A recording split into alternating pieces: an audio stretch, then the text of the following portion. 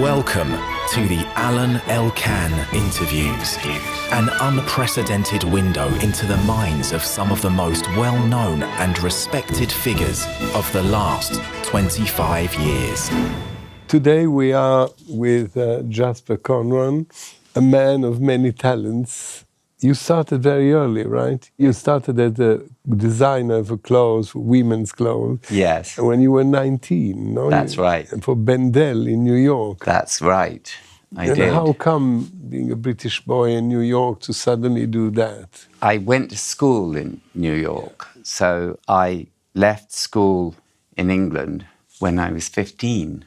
And I went to Parsons in New York. I was still 15. But you went because you knew what you wanted to do? I knew what I wanted to do, but it was a complete accident that I got into Parsons because I'd gone to New York with my mother. She was working on a book in New York and she didn't want to leave me alone in London because she knew I'd get up to some sort of mischief. So I went there. And one thing happened and another thing happened, and I ended up getting into school in New York, but it was completely unplanned. What happened? How did you arrive in Bendel so young? I mean, it was a very important store at the time, no? It was a very important store. I left New York and I came back to London and I was making clothes. One of the buyers from Bendel's came to see me. And they bought from me. But what kind of clothes were you doing? They were actually wedding dresses. I made yes, I made wedding dresses for them. That's how I started. But then you also made wedding dresses later, right? I've always made I read wedding in dresses. your biography that you made wedding dress for Princess Margaret's daughter. I did. For her marriage. Yes, I did, which was a lot of fun, I have to say. Why do you like so much to do wedding dresses? I think that it's a moment in a woman's life where you can sort of make a portrait of her. You know, you're working towards this ultimate moment for her. And it's very pleasurable to make a woman look as good as possible. but to do these things, you needed a group of artisans, people who were working with you. Where did you find them so young, and how did it work? Well, I was doing a lot of the work myself. So I did the cutting and the fitting and the making a lot myself. And eventually, you know, the business got a little bit bigger and I started employing more people. But it was very sort of artisanal. It was based in London. Based in London, yes. And then slowly you moved to many other. Slowly, I didn't. It wasn't only wedding dresses I was doing. I was doing clothes, real clothes, and I got picked up by Vogue, and I had this extraordinary thing that happened, which is I got 7 pages of only my clothes in Vogue on one issue. And things sort of took off from there. But then at the end, you did clothes for men, you did clothes for children. Yes, I expanded, I suppose. But you had a shop. How did you organize all that? Well, I mean, we're talking about a period of sort of 20 years. So I mainly was doing clothes for men and women throughout the 1980s and then into the 90s. And then I started doing quite a lot of license business with people like Wedgwood and Waterford. But that was more China? Yes, that's China and Crystal. You started with objects. I worked with a very big company in the UK called Debenhams. So I did a lot of license work with them on various different areas. But what is the thing you do? You design, you imagine, how does it work? Well, I mean, how is it, can you design China, clothes, children? I have an ability to switch from one thing to another. I have a sort of store of ideas in my head. I just do have this ability to switch from one thing to another. And I have teams of people that work underneath me. So I go from team to team to team to team. and I brief them. And so it's a continual working process. So Which it looks like you're still doing, right? I'm still doing that, yes. But you were independent, I but always at have a been. certain point you got involved also in your family business, no? In your father's business. I did. I The was famous also a Conran director. shops, no? And I was a director of my father's business, and then they needed a creative director. So I went in to revamp the stores, and then obviously my father was getting older, and I eventually became chairman of and the CEO of his group as well as my own.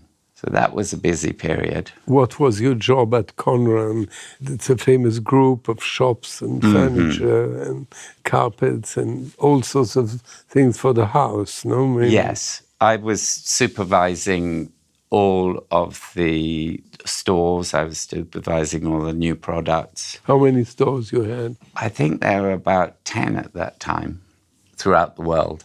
I was doing more or less for him what I was doing for myself as well. But you kept on doing your own Oh, things. yes, yes. At a certain point, you were also dressing or partly dressing the famous Lady Diane, no? Yes, I dressed her for a long time. Mainly, I did the clothes that she wore in private. So I did both, but the majority of what I did were her kind of day clothes, if you will. And you had a very good relationship with her. Yeah, I had an incredibly good relationship with her. But you went through also all her suffering, all her story? Or? Well, I met her when she was 19. We were both sort of the same age. So I went all the way through that period with her, if you will. So I dressed her for about 10 years. What kind of taste she had? You decided her taste, or? She would buy a lot of the things that I was making myself for my collection. So she would buy from the collection and we would make it specially for her. And then if she needed something special, we'd work together on that. And it was easy to work with her? Yes, very easy. Very, very easy. It was an enjoyable experience. Well, what kind of woman she was in that kind of relationship?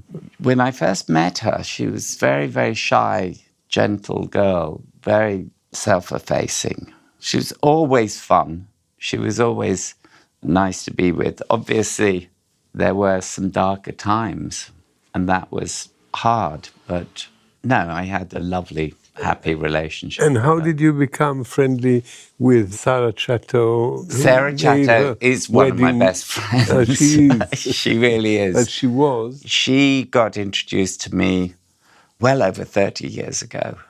And we became very, very genuinely good friends, you know. There's a difference with when somebody's your client and then somebody's your really good friend. I had actually grown up with her husband as children. We knew each other very well. So you were family? Yes, the family. So it's not only the wedding dress? You didn't? No, I think there's nothing in her wardrobe still that isn't mine. Not yours. No. We work together all the time. They say that she was the favorite grandchild of the Queen. Well, niece of the Queen. She was the only niece of the Queen, so definitely she was the favorite. Your style changed over the years? I mean, you follow the fashion moods? No, I do what I do. I think that I'm pretty similar in my thinking now than the way I was. I see when I'm making women's clothes, I think I'm what you call a pragmatic designer.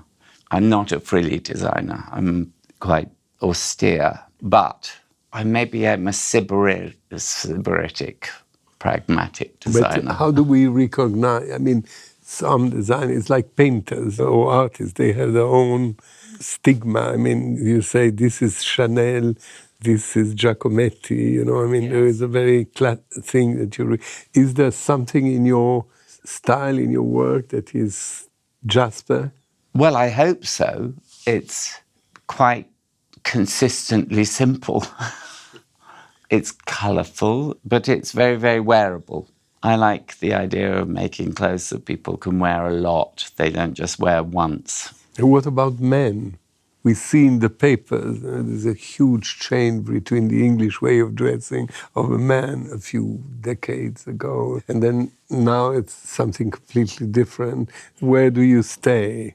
I think I apply the same sort of rules to menswear as I do to womenswear, which is, I like the cut, I like the fit, and I like good fabrics. I try to make the clothes that I would wear myself.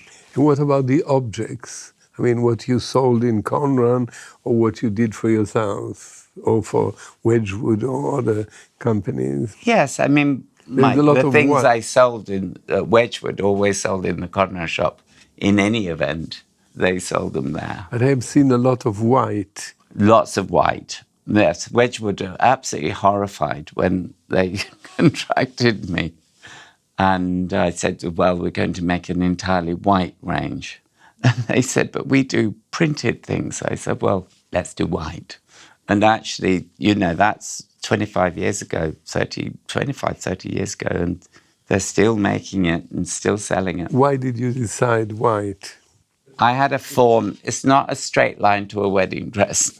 I had a form in my head that I wanted to work with, and that was that. But, when I get an idea in my head, that is the idea. Right. But it's again simplicity, yes. Something you can use yes. in all circumstances, no? Yes. More or less. Yes, I like things that are plain, simple and useful. In Conran, for instance, there were lots of chairs, lots of lamps. How did you pick that? Well, that's more picking, that's choosing from other suppliers. There were a lot of other suppliers. The Conran shop was made up of lots of different people's things. And why did you decide to sell it? I didn't decide to sell it. My father decided to sell it. Oh, he did? Yeah. Why? I think it had been his thing. It had been very much his creation. And I think that none of the family wanted to really carry on doing it. It was appropriate time for it to go. But we're not talking about another facet of your eclectic life. You gave a lot of your time and your talent also to ballet, theater, opera. Yes. I mean, you were very much involved in that too. I still am. I was at the Opera House today. So I think that gives my creativity rein to go into other places, you see.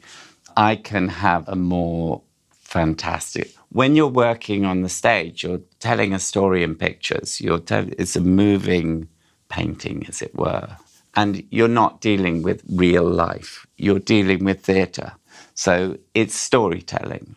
So I apply what I know in how I make clothes, and I do design sets too.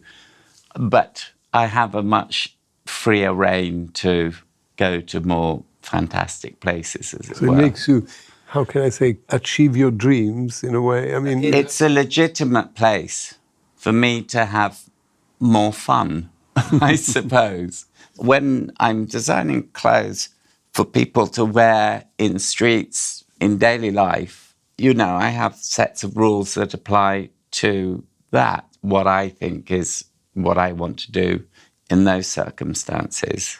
But that can be quite restricting. So theatre and ballet let me go crazy. And that makes you also become friendly or involved with artistic people, right? Yes, with and actors, it takes me... dancers. That's where I go by myself.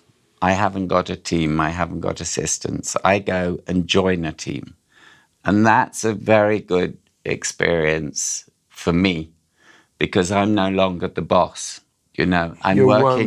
I'm working with lots of other creative people, and I find that very refreshing and exciting. And there are some particular ballets or operas that are very significant in your career, in your life? I mean, that you remember more than others? No, they were all experiences. I mean, I designed several ballets for the Royal Ballet and for Birmingham Royal Ballet. I suppose The biggest one for me was called Edward II, and that was a giant piece of work. And I worked with a choreographer for 15 years called David Bentley. I was the head of the Birmingham Royal Ballet, and we created a lot of new ballets together. So very often I would design the clothes before we knew what the choreography was. So that was very interesting. But then you also worked on Donizetti. I did on Maria Stuardi. So with Eno, no? Yes, I did. I dressed Queen Elizabeth up in some fairly fierce leather outfits. And you work a lot with Jean Anouilh, no? Jean Anouilh, that was my first piece that I did. The director came to me and said, I would like you to design the costumes for this piece. And I said, well, I don't know anything about designing costumes. I've never done it before. I don't think I want to do that. And he said, no, you can do it. Eventually I did. And I won a Laurence Olivier Award for it. So, Immediately. Yeah, that was a shock. But that really started me off in the anyway, theatre. you're a man who's used to success. Your talent has been recognized in various facets. Along the way, yes, I suppose. But then something else happens because you never stop. You decided to create a hotel in Marrakech. That's right. It was in 2016. You did l'Hotel Marrakech. Yes. How come? Why? Because you particularly loved Morocco? It was because I particularly loved Morocco, but I love working on houses. I fall in love with houses. And I always had a yearning to have a riad in Morocco, in Marrakech. And I thought, no, you can't do that. You've got too many houses. And the little devil on my shoulder said, well, you could do that if you made it into a hotel. So that's how I started my hotel. And what kind of a hotel it is? I know it is in the Medina, It's part of a Caïdal palace, old Caïdal palace. And what's remarkable about it is it has very deep, big rooms. Normally in a riad, you have, as you know, quite narrow rooms off a central square.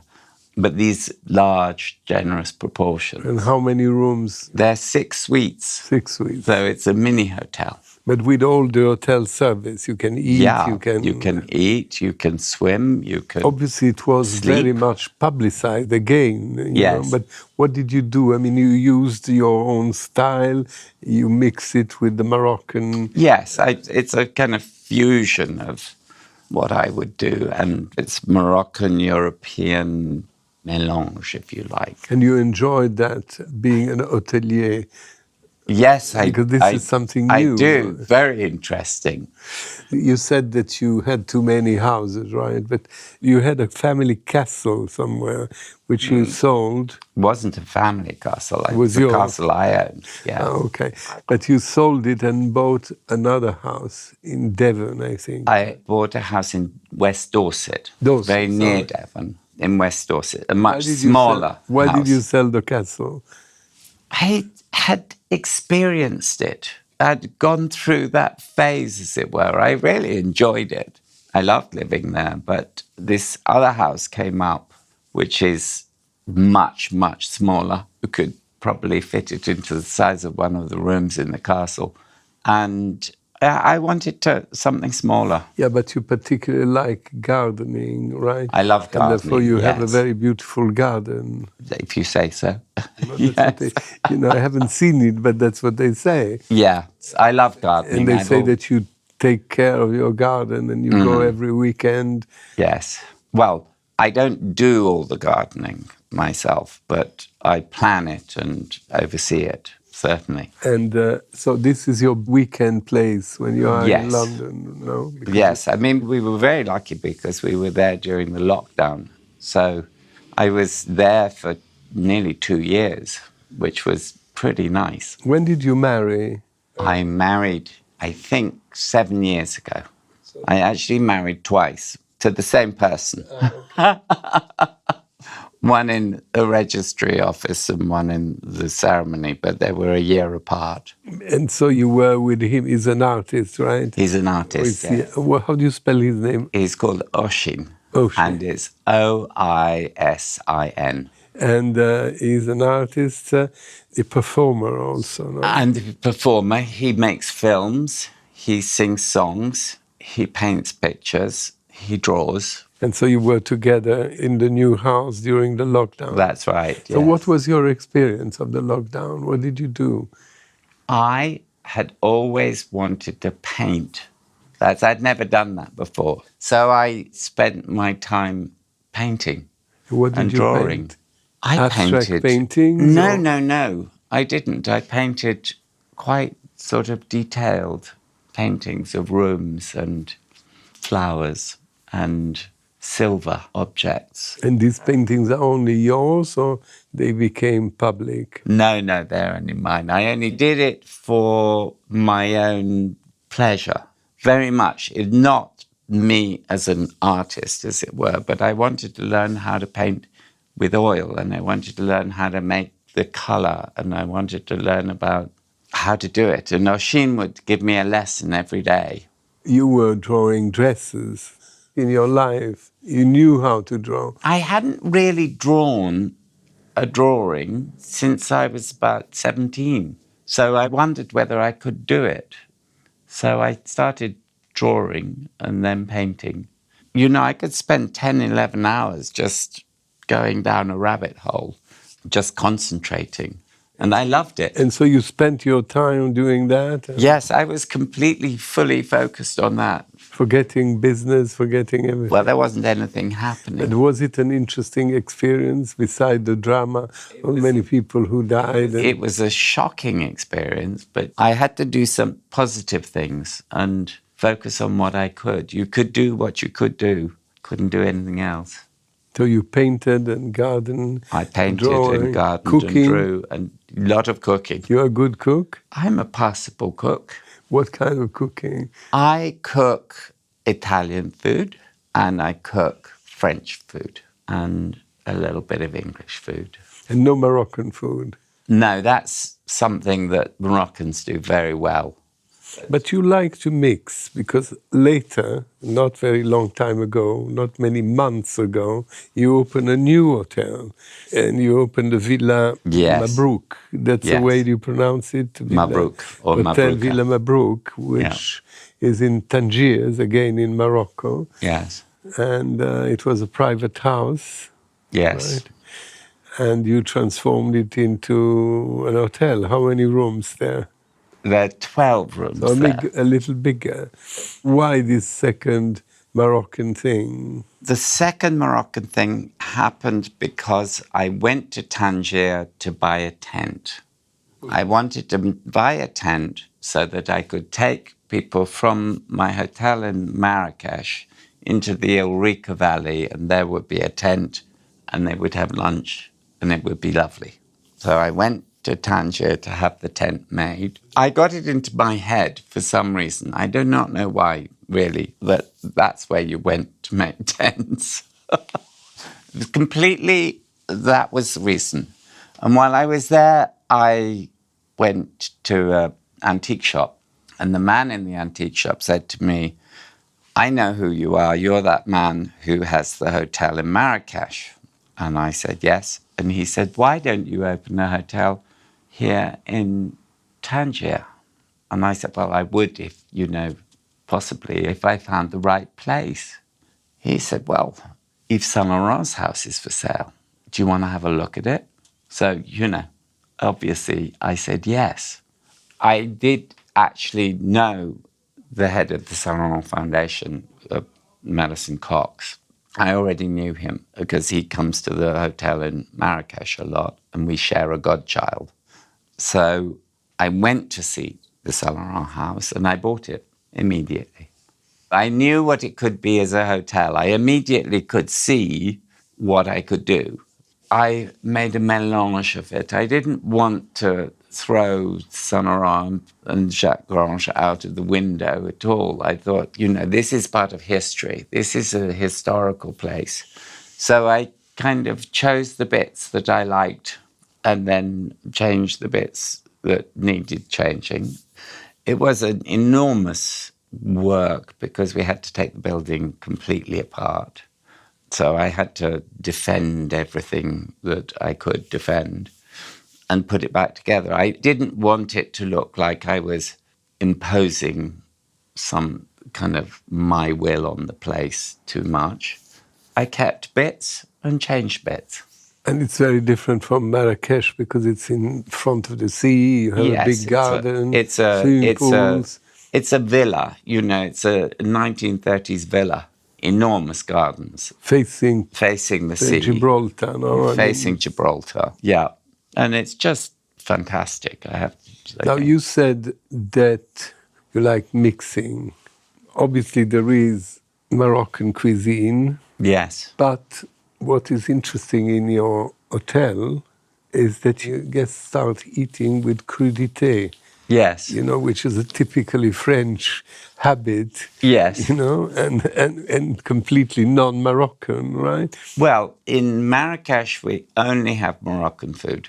But in Tangier, the scale of the restaurants that we have, it's a bigger operation, much bigger. And in Marrakech, you're in a city, and we wanted Moroccan people to come to the hotel. We wanted to integrate it into the city. And Moroccan people eat Moroccan food all the time. Yeah, like Italians eat Italian food. Yeah, when they go out, they want to experience something else. And we thought we'd have a mixture of French and Italian food. But we do have Moroccan food, which is quite popular. Crudité, French fries. Yes. And, you know, you have hamburgers, fish and chips. Yes. We do. Again, it's a melange. But these beautiful boutique hotels, no? Beautiful. Well, we don't call it boutique. We call it a hotel. These hotels, are they very expensive? I mean, they are 5-star hotel or... Yeah, I mean, I would say that they're expensive enough. But Mabrouka starts at 400 euros a night, but it goes up to 1,800. I could show you some Italian hotels that are very expensive. No, I know. No, I'm just wondering on what kind of level of hotel I'd say you wanted to position yourself. Well, the thing about why I do it in Morocco is because you can afford to have the amount of staff that it takes to do that thing properly. I don't think I would be able to do that at that price in Europe, for instance. Ultimately, you are also a businessman? Yes, I am. Yeah, I've always run my own companies. And in a profitable way? Yes. And when you are in London, you go to the country for the weekend. But how do you follow all these different activities? Hotel, ballet, your own clothes, furniture. You have an office in London? I have an office in London. What kind of people work with you? I mean, very nice people. I'm sure. Very nice, hardworking people. I don't have a big team at all. The big teams are in Morocco. So that's quite a lot of people employed there. And then I have womenswear, menswear team. Then I have a homewares team.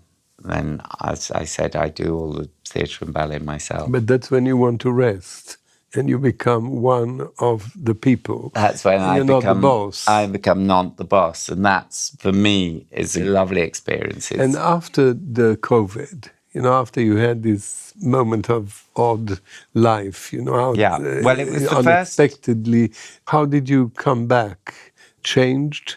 I don't think I did come back that changed because, yes, COVID was the first time that I'd ever sort of not gone to work since I was 18. So I didn't have those same pressures on me. But I had a space, and I'm very grateful for that space that I had.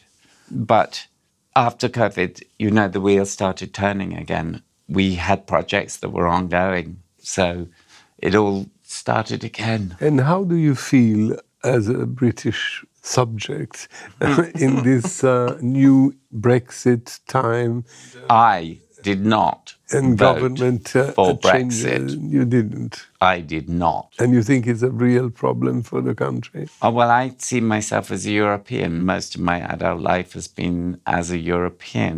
I believe in that entity. I do not believe in this sort of closed-off society. I don't believe in it at all. I'm very sad about it. Polls say that there will be soon elections in this country, Yes. that it's very, very likely that the Labour Party will come to power. Yes. Do you hope, do you think that they will try to mend it, to go back, or try to go I back? would really hope that we try to mend our relationship with Europe, yes. Absolutely. I think it's crucial that we do. And I think that the more that you see what's going on in America, the more important it is that we are a united Europe. Can you tell me what do you see going on in America? Yes, I should think anybody that's got a pair of eyes can see what's going on in America. I think that they're headed towards a dictatorship, and I think it's utterly terrifying. Because you believe that Trump will be re-elected? I don't. I hope that he won't. That is my personal politics, because I believe that if he does get elected, it will be a dictatorship. If England votes for the Labour Party, is the opposite what seems to happen all over? It's interesting, isn't it? Because we would look like we're turning on our heads. Yeah, I have always voted Labour, so, there you go. Yeah, they had problems with something that is poisoning the world again, which is anti-Semitism. No, they had this big problem, and we see on Well, in the Labour Party? Yes. Yes, they did. I didn't vote for them, not the anti-Semites, no. The principles behind the Labour Party is something that I've always believed in, which is that we should look after the poor, we should educate the young, we should look after the sick. These are simple, straightforward principles that I hold dear.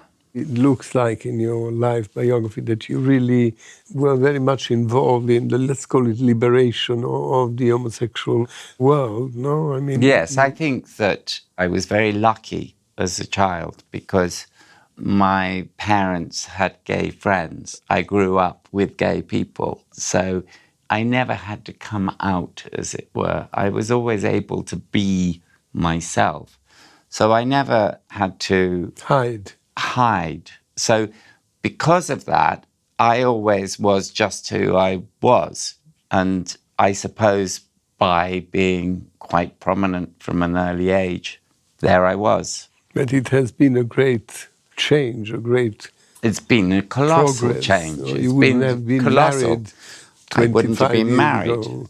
Well, if you think about it, it's simple to me. If you have to pay the same taxes as everybody, you should have the same rights as everybody. And, that's the way I see it. You are very down to earth. No, this is not a very romantic view, but it's right. I mean... No, it's absolutely the way it is. Why on earth should I not have the same rights as you if I'm paying the same amount as you are? Otherwise, give me a discount. But you think that this combination of artistic gift that you probably, or you always had, right? Then working on it and becoming with the craft. I mean, you were the métier. You had an artistic talent and became a métier work. But this pragmatic point in your character, has helped a lot. It's because I follow logic. And I've known a lot of really wonderful artistic people that have no business sense at all. And you're not an artistic person for very long, certainly not in clothes making, if you don't learn about how the system works and how to make it work. You have to sell clothes. You actually have to get people to buy them. Just having it as a sort of figment of your imagination is not enough if you want to continue. But did you imagine that fashion, when you started, would have become this huge industry all over the world, and that people crazy about brands. Nowadays, the best parties, the most important films or whatever are... Well, I think for me growing up, Saint Laurent was there. I think there's that kind of imagery, that sort of brand awareness. I was very aware of Saint Laurent or Chanel. So they existed. They just weren't this enormous thing. What I like less is the enormous companies that just hoovering up brands and you don't sort of like that. Reinventing old brands. Did they try to buy you sometimes, or? No, unfortunately not. I wouldn't have gone there. It's not what I've done. I've enjoyed my freedom. I've created my world so that I have freedom, that I don't work for anybody. I work with people, but not for anybody. Well, actually, yes. I would say in the theatre, I willingly go to work for somebody. That is the difference. I do willingly go to work for, and I subjugate myself for them. But your flag is freedom. Yes. That's why you're so much afraid and preoccupied for eventual dictatorships. I'm absolutely terrified of what it looks like. And what is the future of England in the middle of all that? Well, in the middle of Russia, China, America. Yes, I mean, little old England is going to regret that it's not part of Europe, isn't it? Where do you sell your clothes? Everywhere? Yeah, online. This is what's fascinating. Retail has just fallen apart. The most profitable place to sell your clothes these days is in your own space, as it were. And whilst we do sell to other companies, it's nothing to what we do on our own website. The way that the world of retailing and selling clothes has changed, I could never have imagined what it would be like. We are perpetually taking photographs, making stories, doing all sorts of things, which is very interesting, and I like it a lot. But it's very different. But it's very different to the way it used to be. You don't have any more Princess Diane type of clients, I mean, that you... Well, I have quite a few royal clients, actually. You still have some... Yeah, I do that still. People who want to see you. Yeah. Who want to talk to you. Yeah, and I love doing that. But that's not the future. Well, it is, but the way that the business of clothing has changed with the internet is very, very dramatic. And it's changed before lockdown and after lockdown, totally different. Because of the lockdown it changed? Because of the lockdown. And I think it might have been that it super turbocharged that change, but it's very dramatic. The internet buying satisfies the impulse buying, right? The same thing that if you see something in a window. Yeah. But the difference is that it's never... Well, I mean, the thing about it is the difference between going to a shop, as you used to do, is that you're buying something and you can buy it in the colour and the size that you want it in. Instead of going into the shop and they say, no, we haven't got it in your size. You know from the outset that that's going to happen. But don't you think it's a little bit of a pity that you lose human contact? I mean, because going into the shop or browsing in a store or in a bookstore or in a clothes, it's I completely, part of the pleasure, right? I do agree with you. It. But I also find enormous pleasure in being able to find any book I want just by finding it online and getting it. I like those little packages arriving. You like to receive packages? I do. It's like receiving gifts. It's like getting presents. Yeah. Yeah. There's no question that I like that. What I don't like about these very, very large companies who will remain nameless is that I think it stifles creativity. I think it defines fashion as being that. So small people can't, it's all just mega businesses. And so small businesses have very little chance of getting anywhere because it is so much about money nowadays.